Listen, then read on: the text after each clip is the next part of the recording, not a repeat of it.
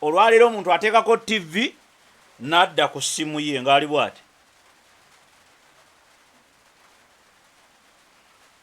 Montegedde nga bagundi ba Jose Chakala abali kuno bamusingira ekigenda maaso ku TV. Naye nga Jose Chakala yakozesezza akakamera ka bulijjo, yakoledde eno mu ghetto mpola mpola, n'addukamu n'ayimbamu obuyimba n'ateekamu lingala n'akuba.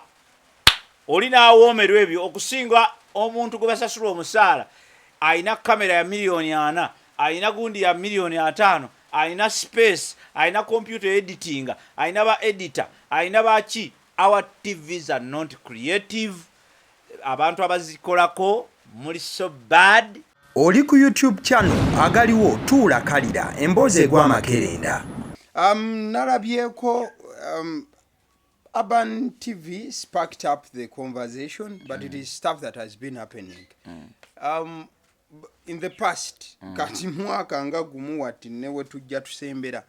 Radios ne TVs zitandise okubanga zibowinga out. Zitandise okubanga zikola kizisibula. And latest it is Urban TV emazewe myaka 10 plus. Yagenze maso n'okubanga ekola ki ekivaamu. Urban TV egenda okubanga ekivaamu ng'emyezi 2-3 emabega Dembe FM yakasalawo okulenga offer abakozi bonna era nga nayo yo music yekka yakola ki yaliko ekiddako tekimanyiddwa.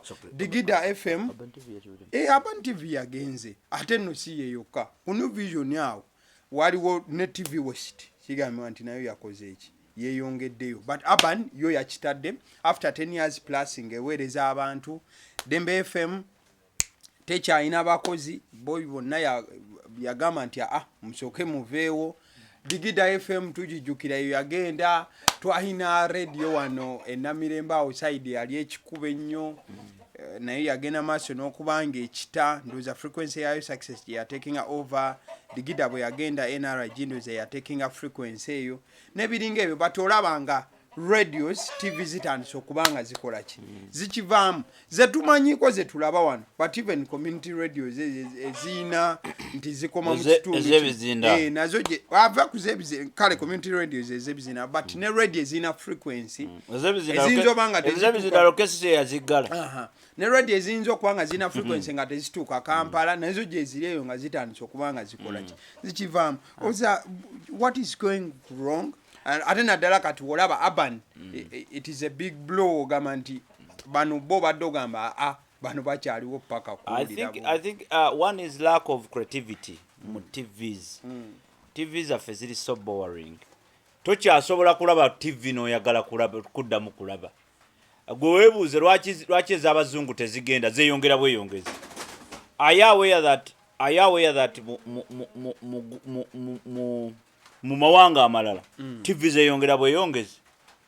Nze ndaba bwentekako bwenti gundi bwentekako bwenti DSTV luli twalina zone reality edda nga tukula myaka ndoza nga mu myaka ndoza 12 mu meka nga mu 8 eyo bweziti eyo twalinawo TV nga bayita zone reality. Zone reality olwaleero erimu TVs nga 4 ontegedde. Bwe twali tukula twabeeranga ne BBC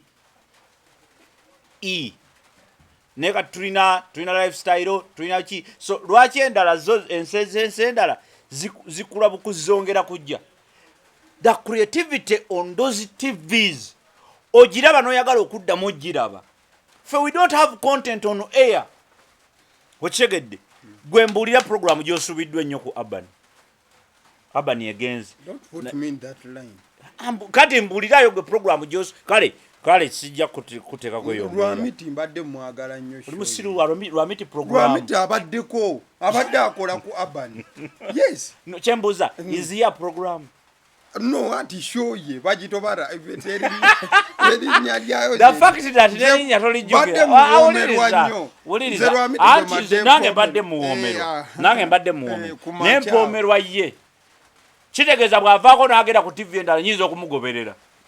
Oba ntegedde bulungi nnyo. Lack of creativity mu TV zaffe zigenze ziri abantu abazikulembera oba abazicreatingira content ali so bad, so boring. tosobola kubeera awo nga buli saa mwogera ku politics noleeta babbuloga ku TV ne banyumyamu ba community expert mubalese ebbali muli babbuloga. Yes, anti ffe tuli ba community expert mwe mwagala bano abasasamaza anti yes, you have to blow your own trumpet. So the idea is very simple. Our TVs are not creative. Ekyo solo kiwakanya oba nedda. Olwaleero omuntu ateekako TV n'adda ku ssimu ye ng'ali bw'ati. Montegedde. Nga bagundi ba Jose Chakala abali kuno bamusingira ekigenda maaso ku TV. Naye nga Jose Chakala yakozesezza akakamera ka bulijjo, yakoledde eno mu ghetto mpola n'addukamu n'ayimbamu obuyimba n'ateekamu lingala n'akuba.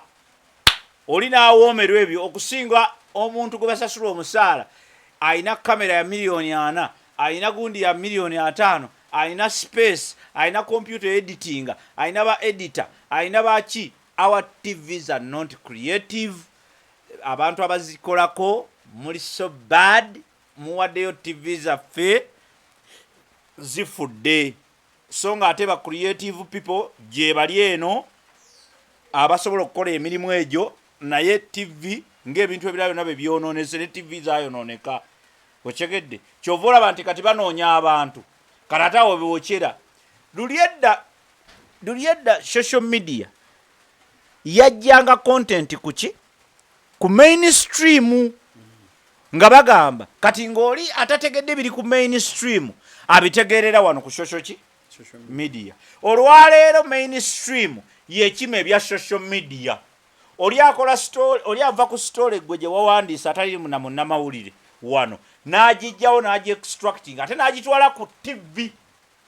Okyegedde kakati egendo tuwa ku TV ng'ono gwe gw'ogiteereddeko okulaba ng'ono yabirabye edda wano ate nga yabirabidde mugundi mu ro gwe kubanga wali mu TV gundi editor agenda kukwatamu biki akifule professional asensalinge biki. Ono nga ye yakifunye edda wano mu ro nga yafunye raw footage, yafunye information first hand. Gwe byewakyusiza byonna ate yakutereeza. Laba nabo bebalaga wano twabirabye edda. Accident yakuddewo saa 8 gwe nno oli bugireeta kiro saa 3 yakuddewo ku 8 bya misana bya leero emisana kati oba okyalina kyomulaga. So creativity kiridde nnyo wansi. Tewali gwe tunuulira buli channel galawo ombulire program gwe gy'obadde omanyiiko era gy'oyinza okusubwako. Gy'oyinza okugamba nti bannange ngenda okuddamu okulaba akagundi kange kano ke bayita gundi. Gwe mbuulira kale zonna eziggaddewo. Gwe mbuulira ekyogamba nti bannange ani ogambye otya? Naye gwe bagambe nti kati gundi egenda kuggalawo. Zone reality egenda oba CBS reality egenda kuggalawo. Ojjaga bannange nga nsubiddwa nnyo kino nga nsubiddwa nnyo kiri. So ffe mu Uganda ng'ebintu ebirala byonna bwe biri mu kufa n'ekintu kya media kyonoonekera ddala. Mukutta abantu aba social media mubatisse emirimu gya TV. Okutta omuntu ibani kati njogere ki? Nze nkulaga abantu nze bemmanyi nti bali mu social media world gwoba otadde ku TV. Kale okutta omuntu yenna gw'okutte saagala ku mentioninga kale mannya kankyesonyiwa. Naye abantu bangi mwenna mubamanyi abavudde gye bavudde nga si muyivu si munnamawulire abadde asobola nnyo essimu yeeno n'okukwata obuntu bwe wali kayumba ke ng'akola ki nga awoza bannange n'omutikko omulimu gwa TV. Ontegedde bw'omala omutikko omulimu gwa TV guli mu professionalism, gulimu okubuuza ebibuuzo ebyaddala bye biri omwana byagenda bamugambe genda okima amawulire atuuse wa mama wa Kamiliyoni amubuuza kati owulira otya nga mutabani waafudde ye kati ozzaako ki? Okyegedde nti bo olwokuba nti bakulira ku social media tebasensalinga kumanya nti omuntu ng'ono bwe mujjamu information ate sisobola mujjamu information ya kikulu eno mu kifo ky'omubuuza ozzaako ki oba owulira otya ng'afudde. Biki by'ojjukira ku mugenzi ebyo by'ogamba nti ekyo really nja kimusubwako. oli awo akuwa story nga alaba naawe you are part of you are part of it nate kati gwe omubuuza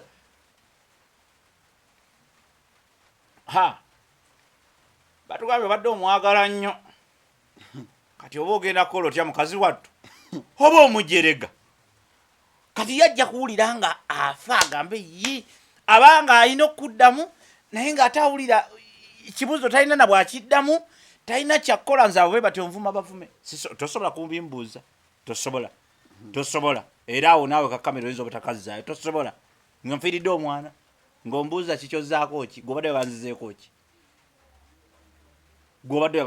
ki kakati the idea is very simple tv zaffe kizisudde zonna neziriwo zigenda tezirina waaka ba artist babegayiridde ebbanga tubegayiridde ebbanga ne tubagamba mutuwe ku ssente tubawe content muganye mwagala kimu kyabaa content ne mutasasula mwagala kimu so nga ate naffe production zitukola ki zitubonyaabonya okitegeere bulungi nnyo so we have as an artist as a creative I know that one of the challenges of our TVs they are not creative they have no content yali so agire ekintu kyokka ekyali kikwatiridde TVs yali music yali akwatiridde TVs nga kubeerako program ku machanga ya music emisana ne wabawo program endala ya lugambo kuba musicians nga ku saa 8 ne wabawo sports ku 9 ne wabawo program endala nga ya music ku luguudo ku 8 ne wabawo music endala olweggulo ne bagamba ennyimba 2 ezikize mu lunaku ontegedde music nga kwatidde kati music naafa kwa music yafa era olwaleero ku TVs tokyalasangako music bakuba oluyimba olwo ne bateekawo akazannyo luli edda baakubanga ennyimba ebiseera by'abalwamiti nga bakuba ennyimba throughout ng'oyagala okutegeera music bw'atambula first of all otegeere ani yafulumizza oluyimba olupya otegeere lwaki yalufulumizza yabadde avumaani and all those things twalina that kind of vibe ku TVs because of music kati music yafa abantu bayimba nkudi nakwepiica kakati ng'oyimba enkudi n'okwepiica tosobola maama bw'awulira oluyimba nga lula enkudi mukyuse muteeke ku katuuni mukyuse kyegedde kati omwana luli edda lwayimba katupakase omwana ng'ayimba katupakase ne maama wali n'agamba katupakase omwana bwe yakyusangamu ne baleeta olwa Bobi Wine kikomando naga mwana ayimba ekikomando tewali buzibu naye olwaleero abayaaye bangi mu music kati ate abayaaye bo bayimba buluyaye nga balowooza nti ensi yonna njaye naye n'atamanya nti waliwo ne pastor waliwo ne reverend waliwo ne sheik alaba music oyo ontegedde bulungi nnyo kati music ye yafa kati music yabadde akwatiridde TV kati obuzannyo buno obwa shiri simanyaani tebusobola kukwatirira TV remember abantu bagala ebintu bebalireetinga nabyo okyegedde kati oli bwalaba kisanga Uganda kubukedde nga teggalawo kuliko kisanga Uganda oli ayogera mu bibiri n'agamba okisanga Uganda naakola ntya naaba ntya nga sirabe okisanga Uganda so nga ate ku TV endala ogenda kulabayo ki so the idea is very simple TVs they are not creative TVs zafa same applies to the radios abantu abakolako bakyamu si be batuufu abakola babeera mu ŋŋambo ate bakola eŋŋambo ezitalina makulu tebasomesa bantu ebyo ebintu biriwo okusomesa bantu biriwo okusomesa society gw'olabanga ebintu ebyokusaaga ebyo gw'oyinza okugamba nti naye biki ojjukira waliwo omuntu eyakola comment nga twakatandika okukola n'agamba ebyo byemukola tebikyakola teri ayinza bagobe omujjukira sitera nnyo okujjukira Riri gwe bayita Riri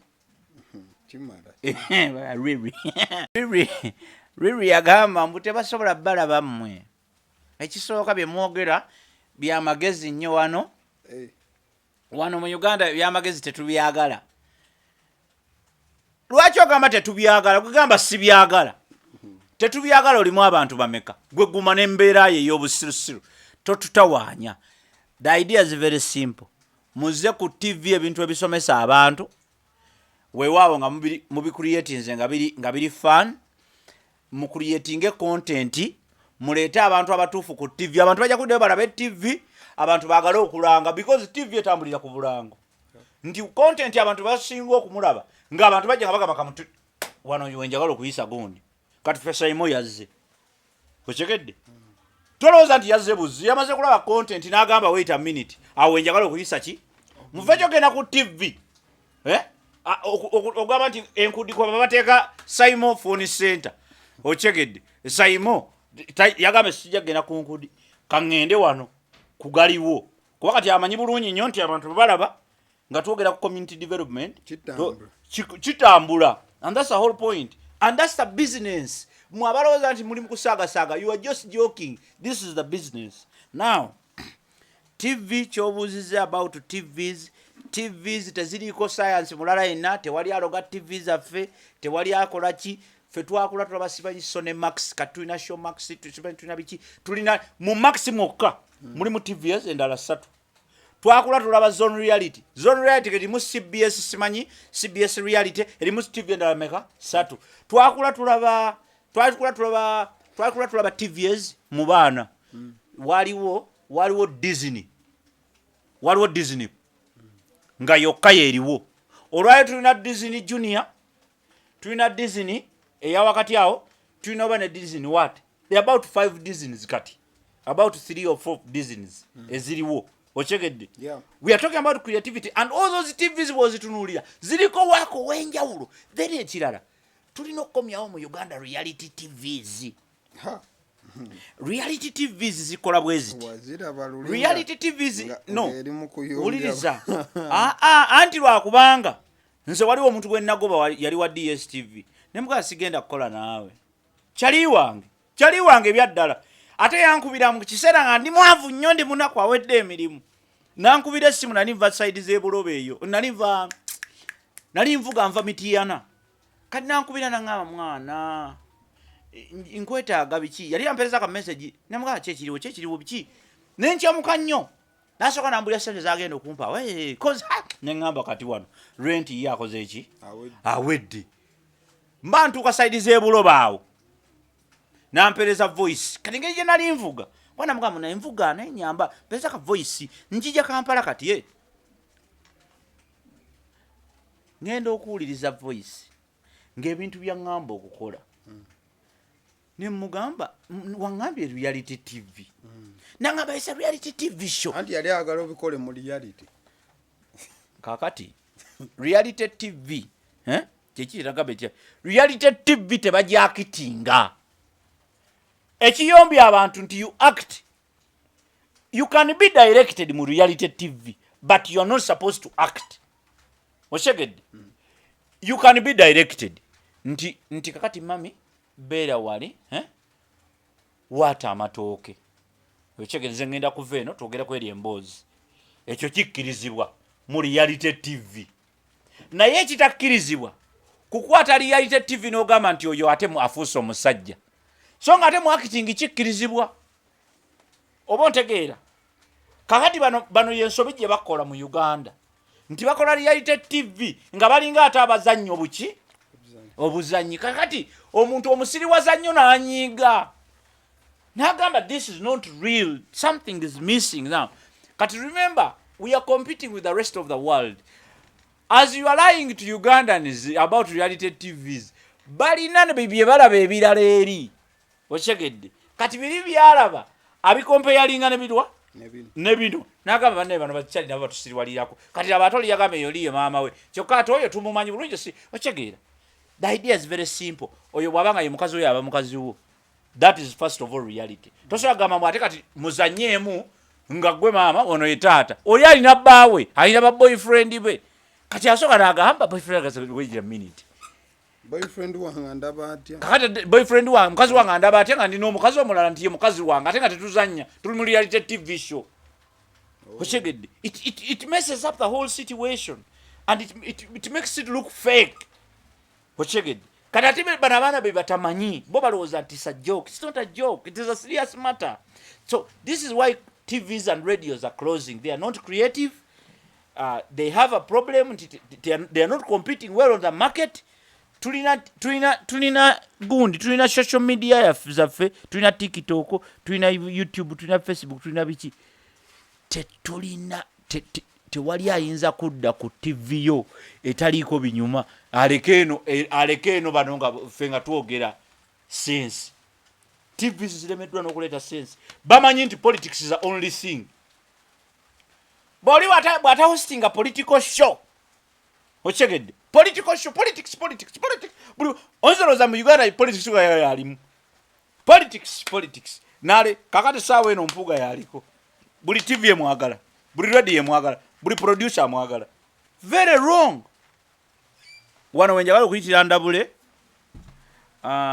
kankayise wano sina wala wakaisa Honorable Minister waffe gwe bakalonda omukyala Honorable Minister owa Minerals and Resources